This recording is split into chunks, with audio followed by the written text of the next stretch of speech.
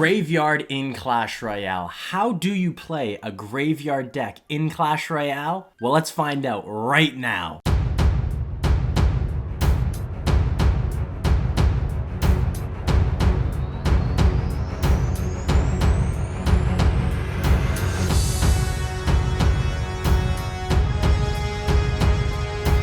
This video is for someone who has never played graveyard decks in Clash Royale before and wants to learn how to play them. In this video, we will not be going over specific matchups, but instead going over a general idea of how to play graveyard decks in Clash Royale properly.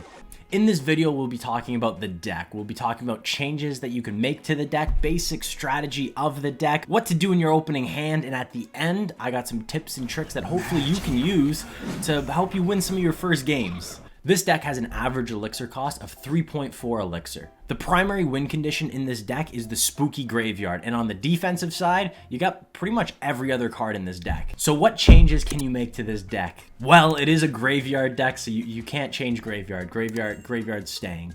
For the knight, you can change the knight for pretty much any other ground unit with a decent amount of health. So this can include the prince, the dark prince, the Valkyrie, the battle healer, the giant skeleton, the P.E.K.K.A.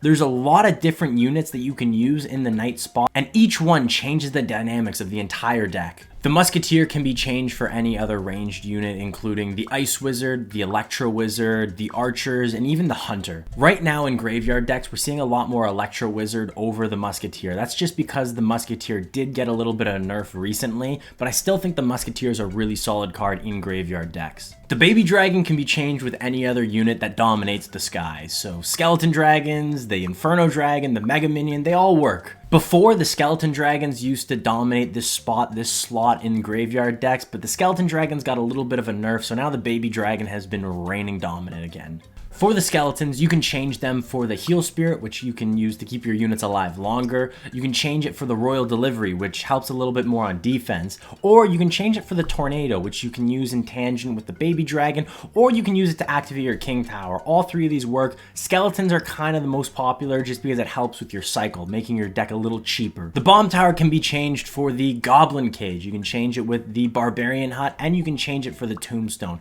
The Tombstone used to be very popular way back in the day.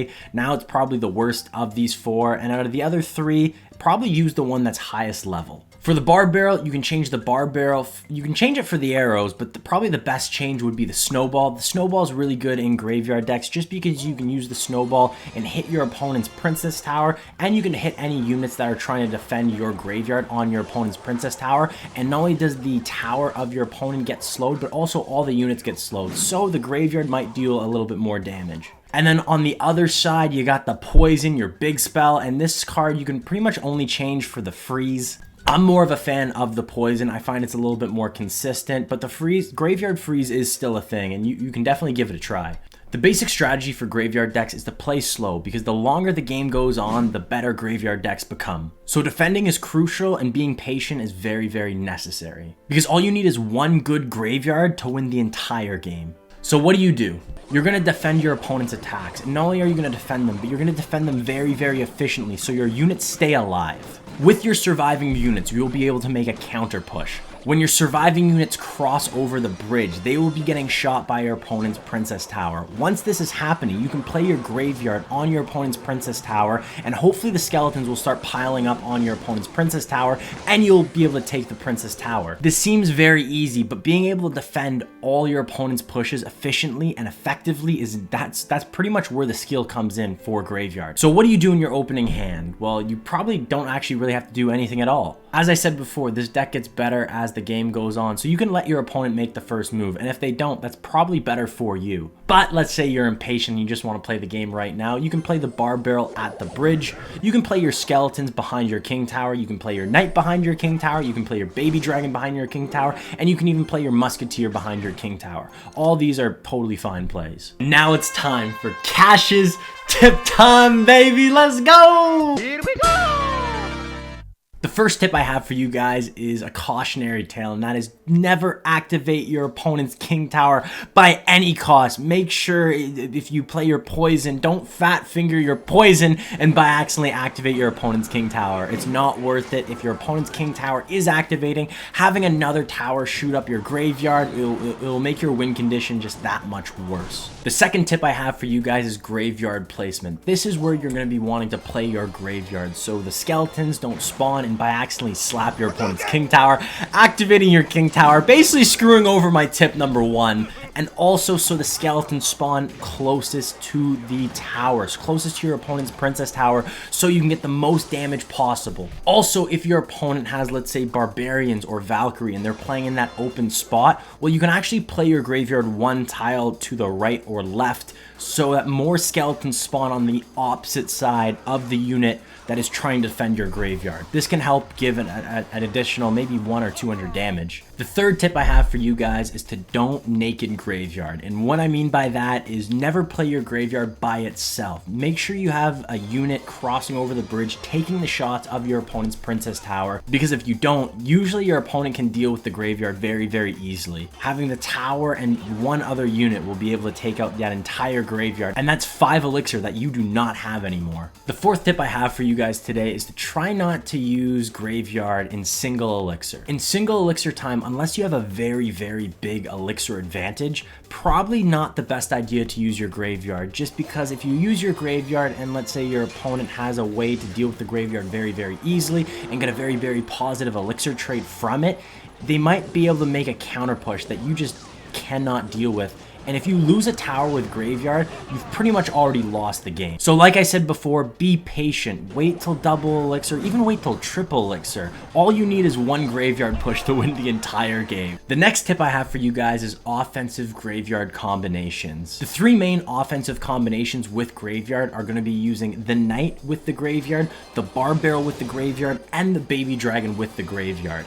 These offensive combinations work really, really well if your opponent, let's say, plays a lava hound or a golem at the back. You can use a knight at the bridge or a bar barrel at the bridge or even a baby dragon at the bridge and then go with a graveyard as well. And a lot of times you will be able to take your opponent's tower and hopefully you'll be able to defend that golem or lava hound push coming on the other side after. But that's future you problems. Don't worry about that.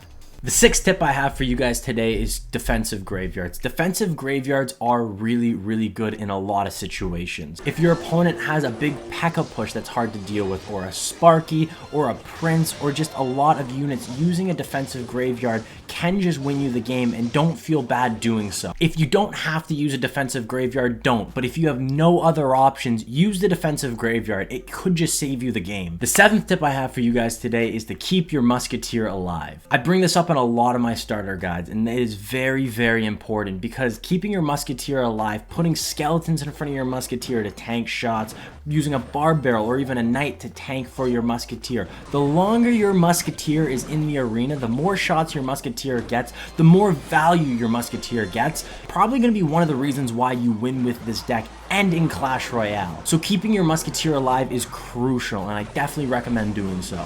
And the last tip I have for you guys today is to use your graveyard as a tank in certain situations. Yes, I said to use your graveyard onto your opponent's princess tower after your units cross over the bridge, so the princess tower is focusing on your units crossing over the bridge and not the skeletons. But let's say your Musketeer is crossing over the bridge. It doesn't have a lot of health and it deals a lot of damage. In a lot of situations, you can use your graveyard to tank the shots of the tower, and your Musketeer can, if it gets on tower, it can obliterate the tower. And I've taken so many towers using this little trick, and a lot of times your opponent will try to defend the graveyard and they'll forget about the Musketeer. Give it a try, it might just catch your opponent off guard and you might win because of it. So I hope this graveyard starter guide helps you to be better at graveyard in Clash Royale. And if you want some more graveyard Clash Royale content, I got top live ladder graveyard gameplay right here so you can get even better at graveyard. Or if you're sick of graveyard and you want to play a new deck, I got a log bait starter guide right here. So I'll see you in one of those 2 videos.